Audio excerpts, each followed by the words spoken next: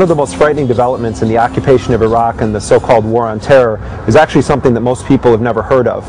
In addition to the 150,000 troops that the U.S. has on the ground in Iraq, the Bush administration has deployed a shadow army of some 100,000 contractors.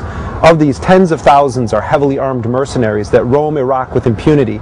Among the most powerful of the companies operating in Iraq is Blackwater USA, a secretive company based in the wilderness of North Carolina. It's headed by a right-wing, Christian conservative bankroller of President Bush and his allies. And Blackwater envisions itself as the FedEx of the national security apparatus. But the reality is that Blackwater has become a prime player in the war on terror and nothing short of the Bush administration's Praetorian Guard. Covering more comment.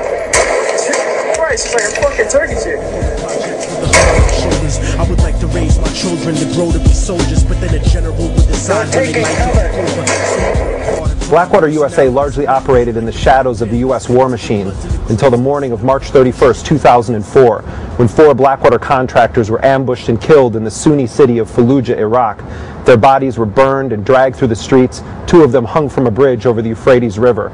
For most people, it was the first that they've ever heard of private military contractors operating in Iraq. That was the Mogadishu moment of the Iraq War. In many ways, it was the day the war turned. Unlike Somalia, when the Clinton administration pulled out, the Bush administration initiated a massive revenge attack. They laid siege to the city of Fallujah, killed hundreds of people, displaced tens of thousands of others, and in the process inflamed the Iraqi resistance that haunts U.S. occupation forces to this day. The Cold War's over, but the world is still getting colder. Atlas walking through the projects with the hood on my shoulder. The Bush administration came to power with a radical privatization agenda. We see it in our schools, prisons, healthcare system, and law enforcement in the United States.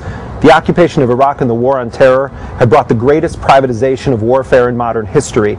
Blackwater USA has become one of the most powerful private actors in the so-called war on terror.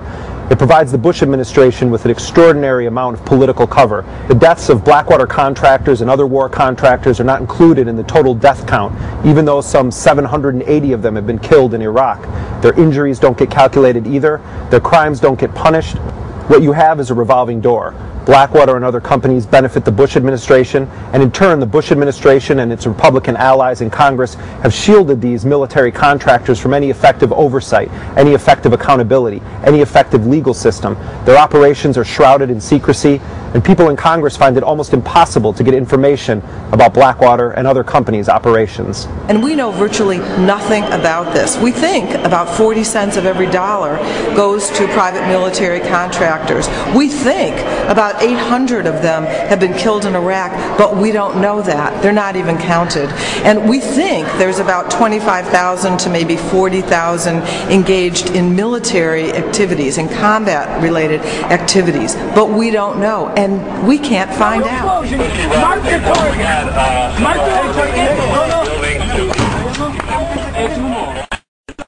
Blackwater USA has 2,300 men actively deployed in 9 countries around the world. They have an additional 20,000 contractors at the ready. But while Blackwater has operated in Iraq and Afghanistan, the company increasingly has its sights set on deployments inside of the United States. Blackwater setting up a new facility in Illinois, another one in California. I was in New Orleans in the aftermath of Hurricane Katrina, and I saw Blackwater mercenaries speeding up and down the streets in unmarked cars, heavily armed with M4 machine guns, flak jackets, other weapons strapped to their legs. And when I talked to the Blackwater guys on the ground and asked them what their mission was in New Orleans, they said they were there to confront criminals and stop looters. To have mercenary companies which have operated in Iraq, Afghanistan, and elsewhere in the war on terror, essentially declaring themselves above any effective laws, now deploying on the streets of U.S. cities, should be seen as an ominous threat.